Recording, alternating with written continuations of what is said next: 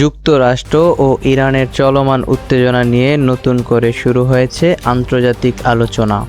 সাম্প্রতিক বিভিন্ন আন্তর্জাতিক প্রতিবেদনে বলা হচ্ছে, যুদ্ধবিরতি ও কূটনৈতিক আলোচনা চললেও দুই দেশের মধ্যে এখনও গভীর অবিশ্বাস রয়ে গেছে। বিশেষ করে হরমুজ প্রণালী, সামরিক উপস্থিতি এবং ইরানের ক্ষেপণাস্ত্র কর্মসূচিকে ঘিরে পরিস্থিতি এখনও উত্তপ্ত। ইরান সরাসরি ইঙ্গিত দিয়েছে, যদি তাদের উপর বড় ধরনের হামলা চালানো হয় তাহলে তার জবাব শুধু মধ্যপ্রাচ্যেই সীমাবদ্ধ থাকবে না। অন্যদিকে যুক্তরাষ্ট্র জানিয়েছে, প্রয়োজন হলে বড় সামরিক পদক্ষেপ নিতে তারা প্রস্তুত রয়েছে।